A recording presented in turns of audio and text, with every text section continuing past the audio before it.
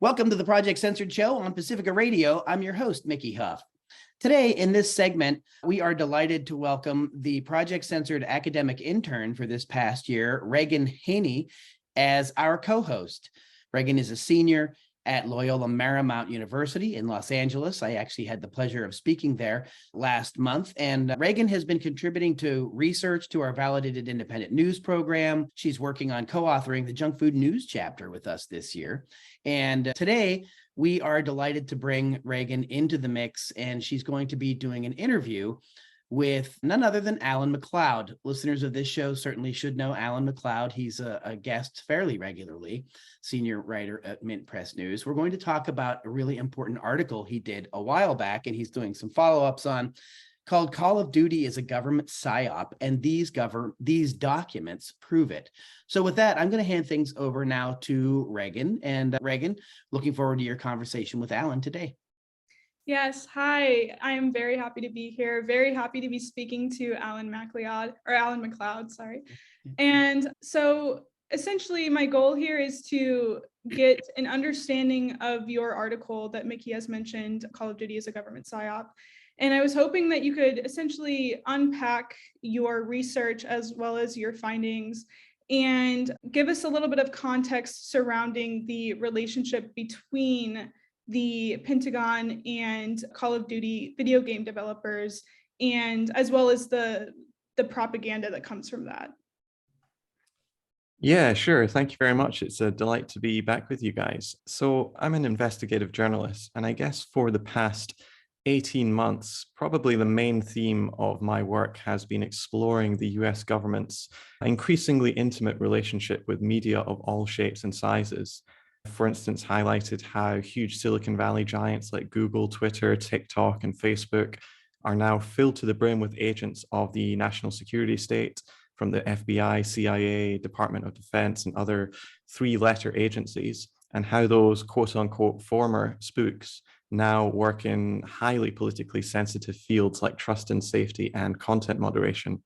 I've also looked at the Pentagon's relationship with film and media and television, and how the DoD has co-produced and written scripts for more than 800 Hollywood movies and more than 1,000 TV shows, including many of the biggest blockbusters out there.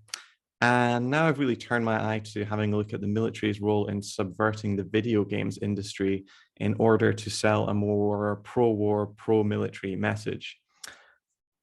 If you know anything about video games, you've probably heard of Call of Duty. It's one of the biggest franchises in the entire industry. It's a first-person military shooter.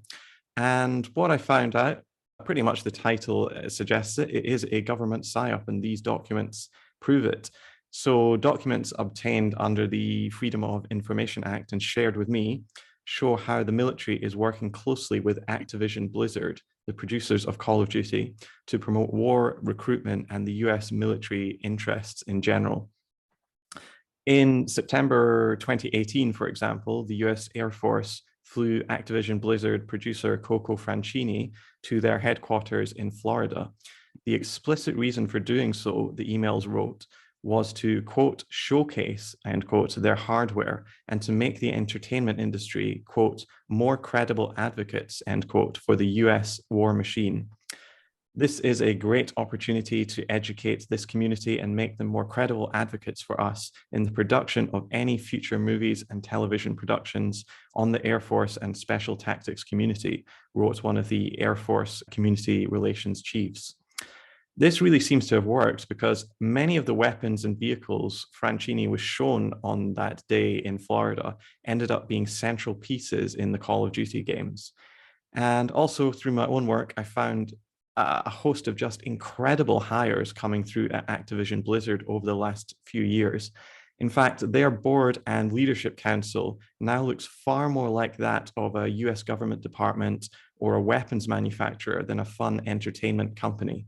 This includes the company's COO, who until 2018 was third in command of the Central Intelligence Agency, or the company's senior counsel, who is a Bush-era official who was nearly made head of the FBI under Trump, but instead that appointment was nixed and she became the executive at a video game company instead.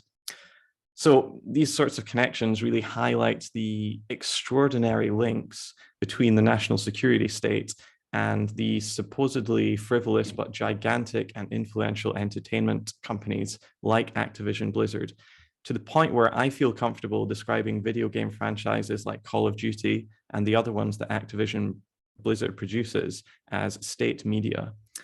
Now, as to your last point, why is this so important? I mean, video games are a gigantic business. The last Call of Duty grossed over $1 billion in sales in the first 10 days alone.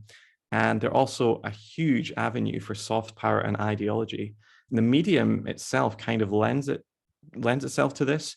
I mean, unlike a movie where you maybe watch it once and perhaps you like it, perhaps you don't like it, people play video games for days, weeks, even months on end. And not only that, they're particularly popular among children and adolescents of a particularly impressionable age. So these susceptible young boys play this game over and over and see a glorified image of war that the military uses to recruit them into this war machine. They're seen as light entertainment, and so people don't really have their guards up like they would if they were, for instance, listening to a politician speaking. And so it is their very apparent frivolity which actually makes them such a potent vehicle for ideology to be transmitted. That's really interesting that you brought up the aspect of weapons manufacturing and their connection to the video game. I recently told this to Mickey, but I was talking to a friend of mine who played a lot of Call of Duty in high school, and he mentioned to me that he can now identify any gun in any movie simply because he's played so much Call of Duty, and that partnership essentially allows them to have the most updated military technologies in their video games. And yeah, that was wild to me. But going forward, when I think of the military entertainment complex, the first thing that comes to my mind is the manufacturing of American war propaganda. And I know you touched on this a little bit before, but can you discuss the various strategies and narratives that the military uses to enforce their agenda in Call of Duty? Generally, if media companies accept help from the military, then they really give up creative control over the script and the overall direction of the artwork. With video games, it's a little bit different because developers don't really need access to battleships or jet fighters to make the game like they do if they're making a movie or a TV show. But nevertheless, the documents that I got show that the military are extremely keen to invite entertainment executives into their world, to wine them and dine them, and to make them into allies.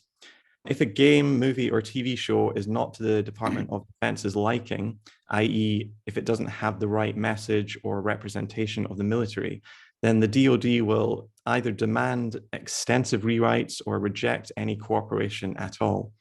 With movies, this is a virtual death sentence, as it's simply too costly to make a glitzy war film without the military underwriting the costs by providing them with free hardware or thousands of extras. But this also happens with video games as well. So, for example, the FOIA documents reveal that in 2012, a Call of Duty producer approached the Department of Defense for help on a new game, but was rejected outright because the script revolved around the US fighting a futuristic war with China, something which in 2010, the Department of Defense was keen to avoid.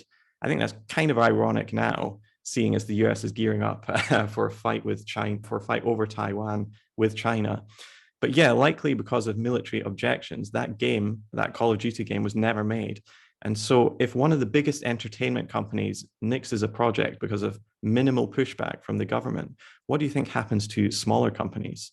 And there's also just so many cases of pure falsification of history, which we could go into as well. Yeah, that's actually my next question. So I know you mentioned the falsification of history in your article, and I'm aware of a few campaigns like the Highway of Death. That's a very infamous campaign in Call of Duty, as well as, this isn't necessarily a falsification of history, but it's definitely propaganda, is the No Russian operation. So can you provide us with a brief summary of these campaigns, as well as the potential that they might have, or the potential effect that they might have on their audience? Yeah, well, there are so many to choose from, but let's take the most recent game, Call of Duty Modern Warfare 2. It starts off, the first mission ludicrously presents, a general, an Iranian general, as under Russia's thumb and who is supplying terrorists with aid. This general is clearly based on Qasem Soleimani, an Iranian general and statesman who the Trump administration assassinated in 2020 under false pretenses. The first mission, you have to kill Soleimani via drone, and if you don't do it, then you can't proceed. And this is actually glorifying a major war crime that the Trump administration carried out in 2020. A lot of people don't actually know that Soleimani was killed in Iraq, and he was in Iraq, not Iran, because he had been invited to peace talks with Saudi Arabia to try to establish a détente among those two countries to try to bring peace to the Middle East for once. This, as we're speaking, seems to actually be happening now in the cold light of 2023, but they originally tried to do this in 2020. Soleimani is regarded as a hero inside Iran. A poll done by the University of Maryland found that more than 80% of Iranians consider him to be either strongly in approval of him or somewhat in approval of him. And this was before his assassination. And so ultimately, what we have in the latest Call of Duty game is the glorification of a major war crime. And this just continues on throughout all of the games. So likewise, in Call of Duty Ghosts, for instance, the plot is set in Venezuela, where players have to fight against General Almagro, who is a socialist military leader, clearly modeled on former President Hugo Chavez. Like Chavez, Almagro wears a red beret and uses Venezuela's oil wealth to forge an alliance of independent Latin American nations against the United States. As most people are probably aware, Washington did try to overthrow Chavez and his successor, Nicolas Maduro, multiple times. In the climax of the game, the sixth mission, players must shoot and kill Almagro from close range to continue. Now, when it comes to killing foreign leaders, sometimes it's even more blatant than this. So Call of Duty Black Ops, a 2010 game, it revolves around players assassinating a real figure, Fidel Castro of Cuba. They describe it as him as a dictator. And if you shoot him in the head, you're met with a huge, gory, supposedly artistic, beautiful scene of Castro's head falling back and the blood spattering the lens. And if you do this, you obtain a bronze, quote, "Death to Dictators" trophy. And so thus players are forced to carry out digitally what Washington has tried to do hundreds of times. I'll give you one last example. As you mentioned, the Highway of Death. That was a real incident during the first Iraq War, where the United States forces trapped fleeing Iraqi troops on Highway 80, shooting out the front and back of the convoy of these desperate people trying to escape the war zone. They then proceeded to just go on a killing spree, killing anybody they could. Nobody knows how many people died, but even people like Colin Powell, who was Joint Chiefs of Staff back then, described it as wanton killing and slaughter for slaughter's sake. So this, again, could be considered a major war crime. But in Call of Duty Modern Warfare, this event does take place for dramatic effect. However, it's not the United States doing the killing, it's actually Russia doing the killing, thereby whitewashing a war crime by blaming it on an official enemy. So the effect this has on the audience is it's a huge propaganda coup for the United States to try to convince young people that this sort of history didn't happen. And some of the sickest, bloodiest chapters in the modern history of the world were actually committed by our enemies, not by ourselves. So it allows the United States to frame their enemies as monsters and present US special forces who, by their own numbers, have launched more than 250 foreign interventions since the end of the Cold War to, get away with it scot-free. They're essentially getting people to love their oppressors and hate those trying to liberate them, as Malcolm X said. And, most gamers, particularly kids, are not very political. And so they don't have this sort of intellectual reservoir of understanding to see that they are being force-fed pure ideology from the trash can of history.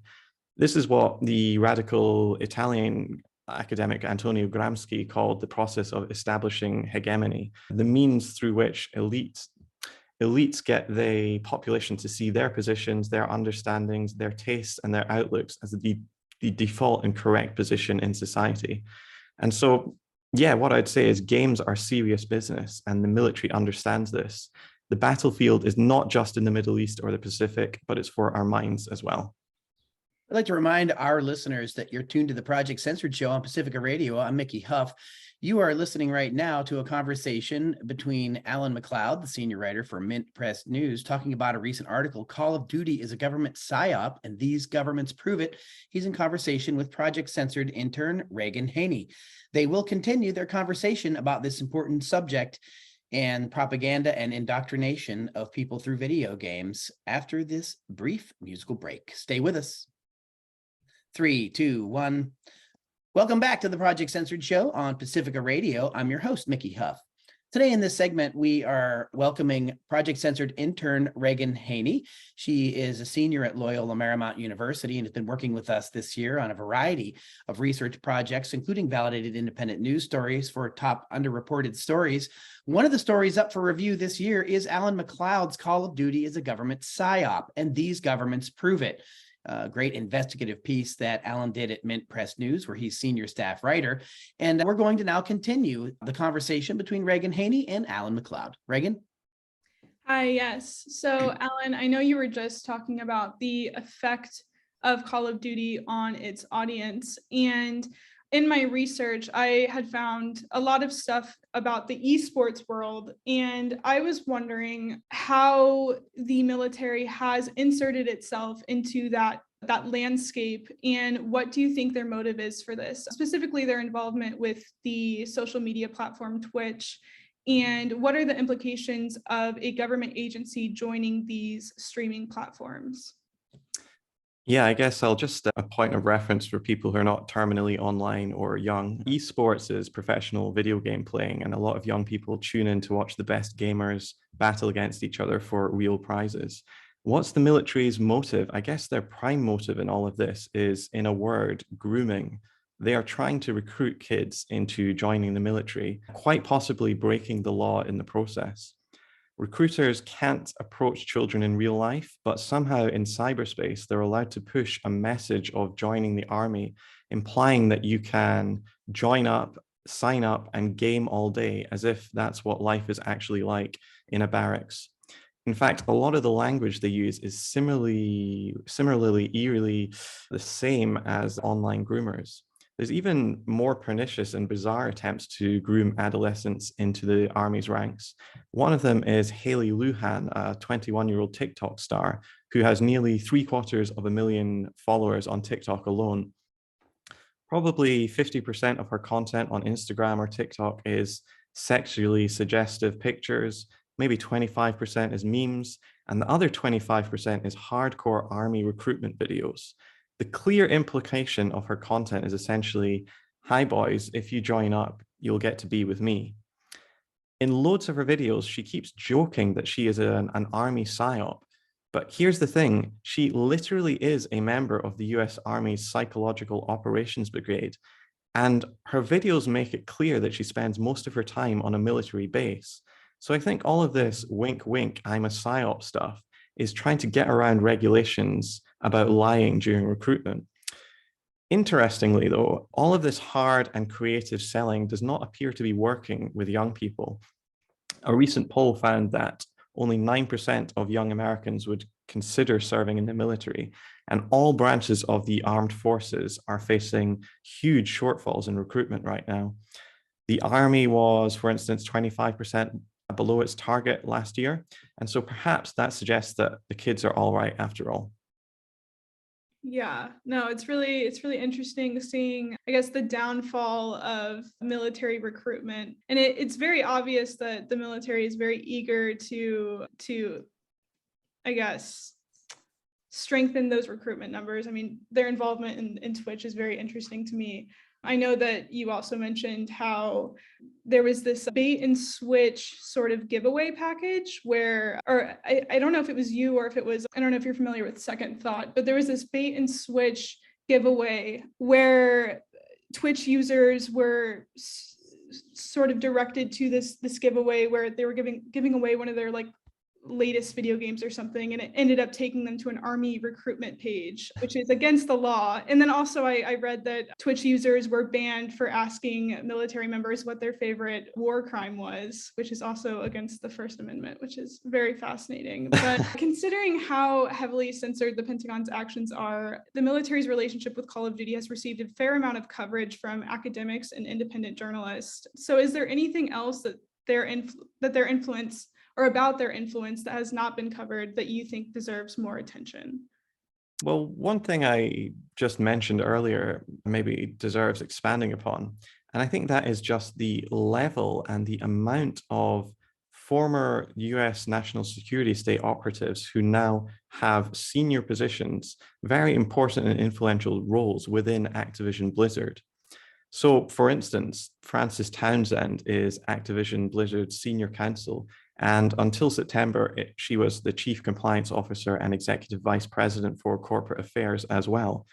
Now, who is Fran Townsend? Well, she has a long history in the US national security state. She started off as the head of intelligence for the Coast Guard, and then in the early 2000s, she was the Secretary of State's counterterrorism deputy. That was Condoleezza Rice's right-hand woman. And in 2004, President Bush appointed her to his intelligence advisory board as well. She was the White House's most senior advisor on terrorism and homeland security, right at the height of the Patriot Act and the wake of 9/11. Townsend worked closely with people like George Bush and Condoleezza Rice and really became the face of the Bush administration's war on terror. In fact, she was one of the people who really helped popularize the term enhanced interrogation techniques, which was a Bush-era euphemism for torturing people. Worse still, she appears, at least according to a lot of very high-up sources, to have been directly involved in torture herself. For instance, Lieutenant Colonel Stephen Jordan, who is the officer in charge of the notorious Abu Ghraib prison in Baghdad, he alleged on camera and under oath that Townsend put pressure on him multiple times to ramp up the torture program at Abu Ghraib to try to get results. She doesn't seem to have, suffered any professional consequences for this. To this day, she is a director at the Atlantic Council, which is the brains of NATO. During the Trump administration, she was hotly tipped to become the director of national intelligence. And in fact, it was reported that President Trump offered her the role of director of the FBI. We don't know why she didn't take it, but instead of taking that job, she ended up working at this, seemingly incongruous, career detour, going to become an executive at a video games company instead. And Townsend is far from the only person we could talk about. Perhaps the most blatant one is Brian Bulletow, who I mentioned before. Until 2018, he was the chief operating officer of the CIA, which means that he was third in command of the agency. He was known as Mike Pompeo's attack dog. And when Pompeo moved from the CIA to become the head of the State Department, the Secretary of State, Bulletow went with him, and he was appointed Under Secretary of State for Management. And after Trump lost the election, Bulletow went straight from his senior job at the State Department to become one of the most senior people at Activision Blizzard, despite having zero entertainment industry experience. And there's loads more people that I profiled in the article, but that should give you an idea about what Activision Blizzard's board is like. Ultimately, then, these people have no business whatsoever running a video games company, and their appointments are frankly impossible to fathom in any honest world. But they do become completely understandable if seen through the lens of the US government trying to impose control over another key medium of communication. And that's how I think really we should be looking at this. Yeah. And more broadly speaking, what do you think the future implications are of the military's relationships with video game developers?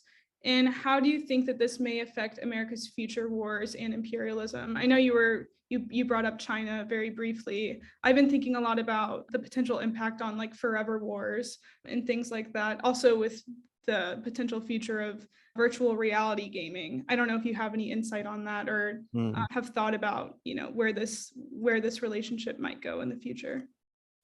Yeah, I mean, I guess I'm reminded of when I covered NATO's 70th anniversary. They held a big meeting whereby the head honchos of the organization, they really described how they saw NATO's future role much more in cyberspace than just on the battlefield. And so I think we're only going to see more of this co-option of video games and online life more generally.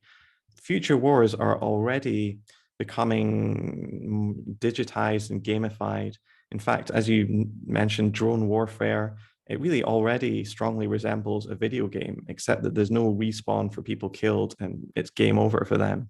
Middle Eastern drone pilots, or rather Middle Eastern drones, are piloted by people in Utah and Nevada. They're literally using Xbox controllers, and that's deliberate to try and appeal to gamers, to try to bring them into this system. And the interfaces are also deliberately made to resemble video games as well. In fact, I'm reminded of when Prince Harry went to Afghanistan as a helicopter pilot, and he described mowing down scores of Afghans. He described it as just like a video game. And that's really what this is all about, desensitizing people to taking other people's lives. The US military has produced its own video games, such as Airman Challenge and America's Army, both directly pitched as recruitment campaigns aimed at young people. And so I guess we're going to see more of these two worlds coming even closer into contact than they were before. I mean, if there's a solution to this, it lies in critical media literacy, which is something that Project Centers champions. We can't simply accept what we're being fed, especially if it's from gigantic corporations that are linked to the government. We really have to scrutinize what we are consuming, not just in terms of news, but also in terms of soft entertainment as well. As Socrates said, the unexamined life is not worth living. And likewise, if you're not critically evaluating what you're consuming, you might just be swallowing anything. Awesome. Thank you so much, Alan. This was really, really interesting. And yeah, thank you for coming and speaking with me. And thank you, Mickey, for hosting this. So. No, certainly my pleasure. And Alan MacLeod, it's always a joy. I don't know if that's the right word. It's a joy for me because I'm a media scholar and a historian. And so you offer such great insights, that I wish more and more people were aware of. This is certainly what we teach about. This is certainly what Reagan has been researching with us this past year. And again, Alan, keep up the great work that you do. Anything else that you'd like to add, or a place where people can follow you and learn more about your work? Yeah, I mean, I guess I'd just say that video game developers who, as I've just described, are now staffed by the same people as the Department of Defense and are essentially acting as recruiters, trying to get kids to sign their lives away to serve Washington's agenda worldwide. And that's something we really have to be clear about, what is going on with video games. They're not just, this fun little thing featuring an Italian plumber anymore. They're big business, and the military is involved. In terms of where you can follow me, you can find me at mintpressnews.com. Or if you're on Instagram, I'm at alan.r.macleod. Or if you're on Twitter, you can follow me at Alan R. MacLeod. And MacLeod is spelled MacLeod. And it's Alan with one L, ALAN. That's right. So Reagan Haynie, Alan MacLeod, thanks so much for being with us in this segment of the Project Censored Show today. Thank you so much. Great to be with you. Always a pleasure.